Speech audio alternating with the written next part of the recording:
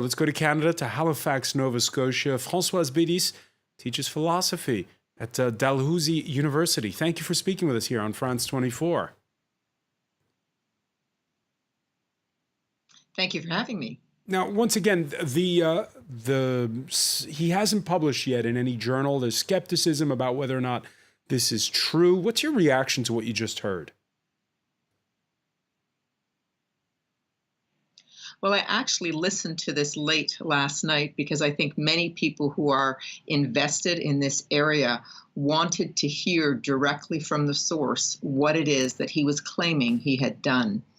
So he did, in fact, present a fair bit of data which suggests that something definitely happened.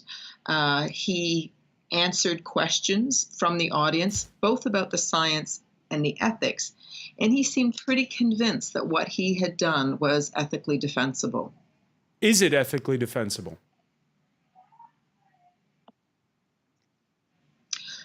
I clearly think not. And I think that largely the international community has responded with a similar perspective.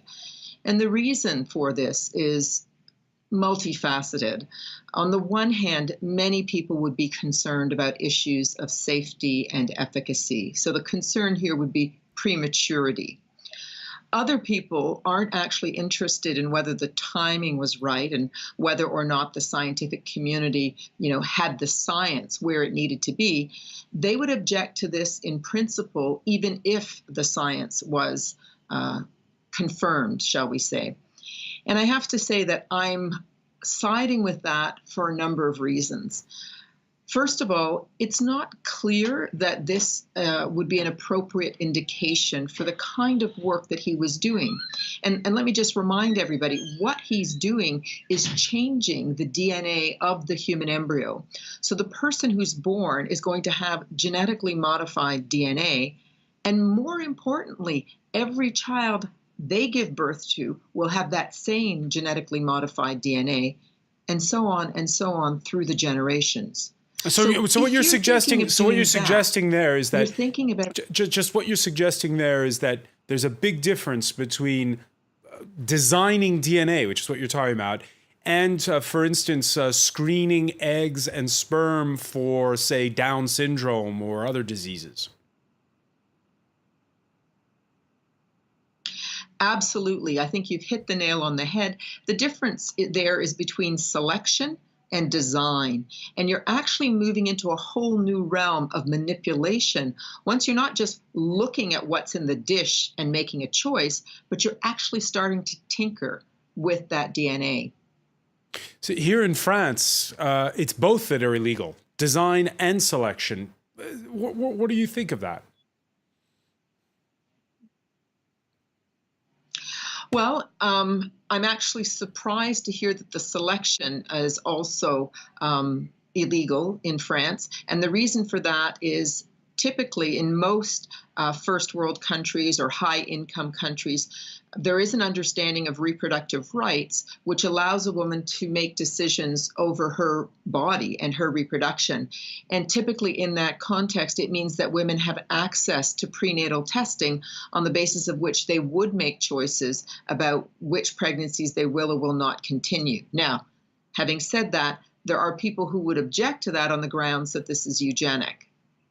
So there are those who argue in favor of Hugh Jonkin, saying, well, why not have babies who we know if you've come from a family that has a high risk of cancer or heart disease, why not make sure that it doesn't happen to the next generation?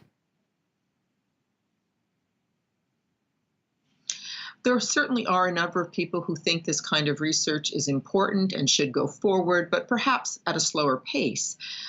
I think that what's being lost here is a big picture understanding of what happens when humans, who are fallible, try to take over the human evolutionary story and basically try to direct what the next and subsequent generations are going to look like. So that's a real concern. And the second really big concern that I and many other people have is the likely divide between the haves and the have-nots, as those with wealth and power are able to actually entrench that privilege in their DNA. That's a problem.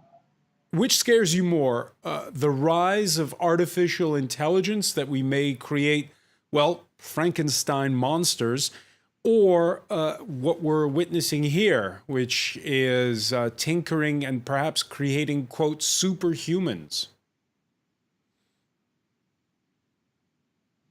Well, I actually think that one of the things we're not paying attention to is that it'll never be either or. In fact, these technologies will be used in tandem and other technologies as well. And I think that's the kind of synchronicity we really ought to be thinking about.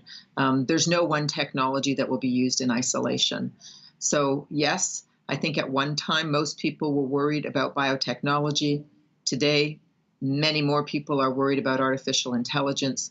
We ought to be equally worried about both and how they'll intersect. And whose job is it to worry about it? Can there be a worldwide body that everybody defers to on these ethical issues? Well, you've actually touched on the topic that's dearest to my heart. So, my answer to that question is all of us. And what that means is that we actually all have a responsibility to increase our science literacy and our ethics literacy. Because, in fact, I don't think we can defer to any other authority. It isn't about deciding, is it going to be UNESCO? Are we going to look at the Oviedo Convention? Are we going to establish a new authoritative group? I don't think we can afford the risk of deferring to elites on this question, because this question is about the human genome, and the human genome belongs to all of us. Finally, Françoise Bédis, the more you study on this, the more fearful are you? I mean, there's just the sense that, well, we don't know what we're playing with here. I think we certainly don't know what we're playing with. Where I'm hopeful is that right now, I think we are and have for a long time been on a trajectory where everything is distorted through capitalism. And I think that one of the things I'm hopeful about is that we will, in fact, see that if we continue along this path, greed and stupidity are going to get us into real trouble. So, how can we pull back? How can we look at what we're doing to our environment in terms of climate change, in terms of pollution, in terms of water, in terms of food security? These are all threats to humanity. And I think one of the things we need to think about is what is it that we're doing in terms of what we think is progress that is going to either answer or correct those threats such that we have a chance of surviving in this environment.